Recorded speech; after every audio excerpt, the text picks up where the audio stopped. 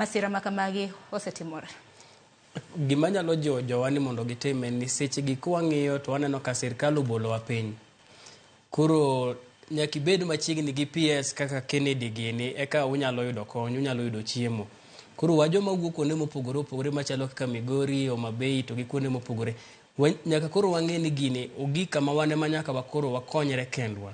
Kik idong' e odi kineno maber ka pi biro mo odhi ochop kama koro okawo ngimani kata okawo ngima nyathini kata okawo ngima anyuondi.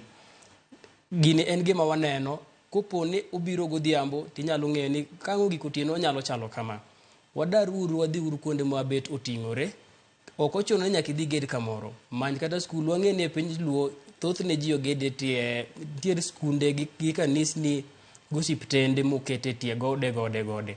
Watem uru mondo wadhi uru kuonde makamago. Kech inyalo vumilia ndalo matin, lakini tho mar pi to en dakika matin, doko kawo ga kata mana dakika achiel tisetho.